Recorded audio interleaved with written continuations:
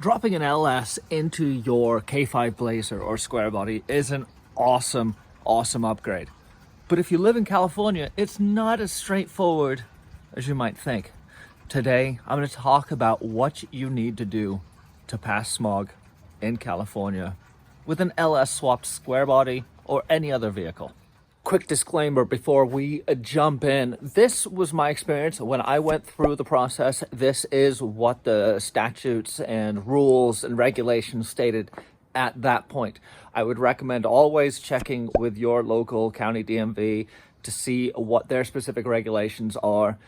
If at all possible, start with your referee. They can provide you the most up-to-date information on what is needed to get this swap done. And unfortunately, it does differ between county to county. Local governments, you know how that works. But anyway, there are a bunch of things that are going to be consistent across all the counties, and that's what we're going to be discussing. But please, do not take this as any sort of legal advice or anything that's binding. This is purely my understanding of what I've been able to find on the internet and talking to referees in my county. Due to the fluid nature of the rules and regulations and dissemination of information to the referees and the DMV, it's not always easy to get a clear picture on what is exactly required. It is my thought that the best way to approach getting a vehicle smogged is to have as much as you can ready to go in terms of emissions equipment and check engine lights and all the other stuff that they will require. If you show up to your referee appointment and you are massively underprepared, you know, it's not going to look good. If you show up and you have put forth a substantial amount of effort, you'll most likely find that that referee is going to work with you, is going to help you, is going to tell you exactly what you need and not just kick you out of his engine bay. With that said, there are a bunch of things that we know we're going to need. First and foremost, the engine that you are swapping into the vehicle has to be an engine that was available in that vehicle in stock form. Meaning, if you have a 4-cylinder truck that never came as a V8, you cannot put a V8 in that truck. Now, that's why square bodies and other full sizes are nice, because they came with V8s from the factory in the form of the small block Chevy. So it's a natural progression to put an LS in there, and that is allowable under swap laws. You could not put a diesel engine into a gasoline VIN truck, though. They have to be of the same engine family. When you convert your vehicle to a newer engine, the DMV will now look at that vehicle as whatever the vehicle the engine came out of. In my case, it was a 2005 Escalade ESV. So my vehicle no longer was a K5 Blazer. It was a 2005 Escalade ESV.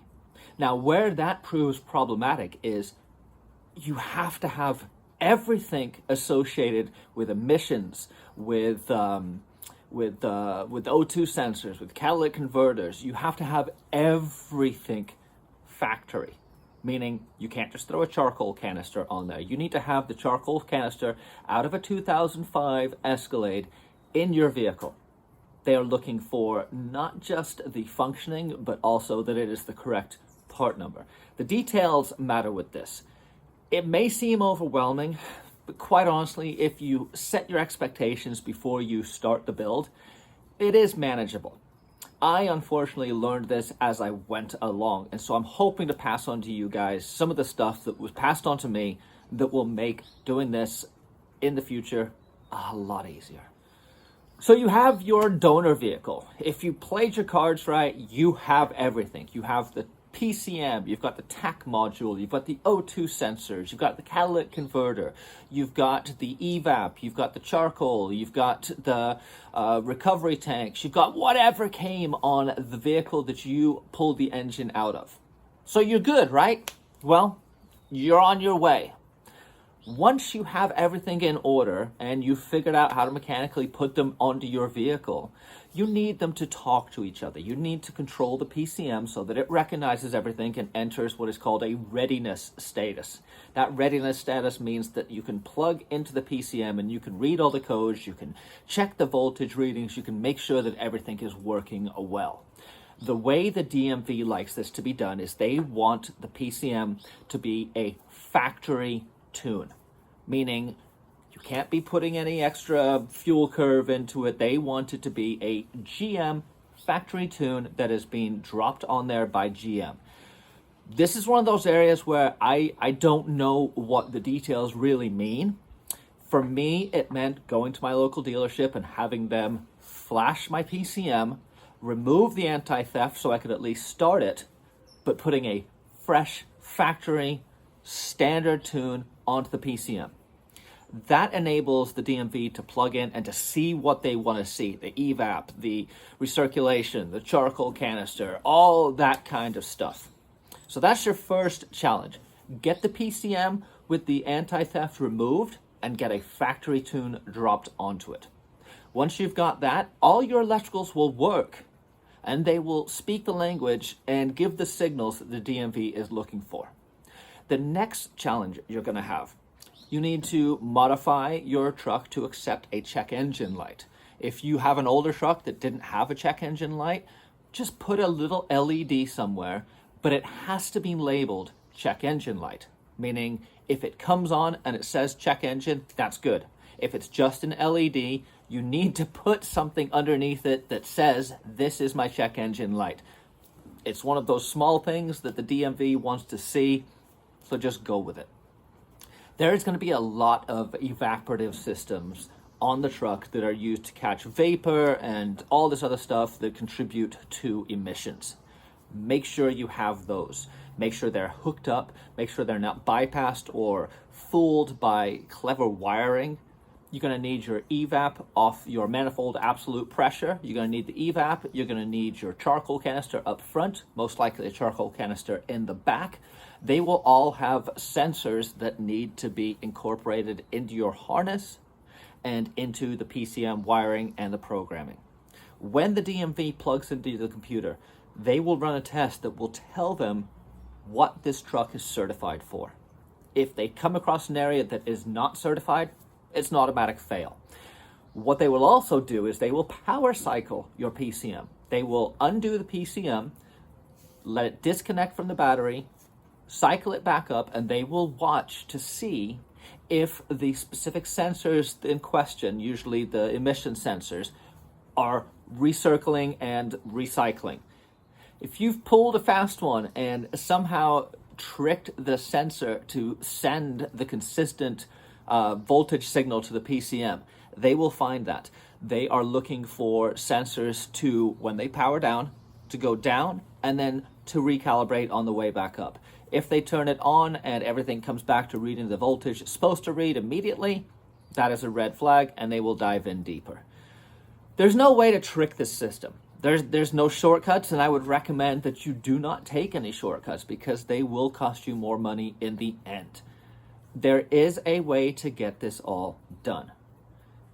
Find all the parts that came with the stock vehicle, install them all on there, make sure that you are following all exhaust regulations in terms of routing and in terms of O2 sensor location and catalytic converter location, and follow them to the T.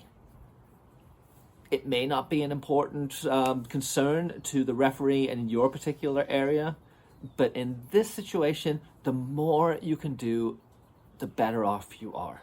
Your air intake is also something that will be heavily scrutinized. Do not go putting a big cold air intake or a high tunnel ram on there when you go down to your referee. There'll be plenty of time for that stuff later. Your objective at this point is to replicate the donor vehicle in every aspect you can. After you have received SMOG and everything is running fine, there are carb compliant stuff that you can drop onto the vehicle. It's not the time to do that now. The referee is not looking to see a carb certified, high idle throttle body. He wants to see the factory throttle body hooked up to the factory intake, reading the factory signals and sensors. Don't complicate things. do what they say, do your best, and don't quit. Because these trucks are a blast to drive when they have an LS in them. It changes the whole personality of the vehicle, and I can't recommend it highly enough. Yes, it is going to be difficult and challenging, but everything worthwhile generally is. So don't let that stop you. Don't let that phase you. Just double down and get the job done. It will happen. It just takes a little bit more time and commitment. But that's what it's all about. Rome wasn't built in a day, and these trucks take years to come into their own. I do want to end with saying this is not an impossible thing to do. It does significantly increase the complications and difficulty for all our California residents, but it is not impossible. And it's the reason that most people aren't driving awesome trucks. They don't have the commitment, dedication, and persistence to see it through. But you do, which is why you're here watching this video. Thanks for watching. I hope this answered questions.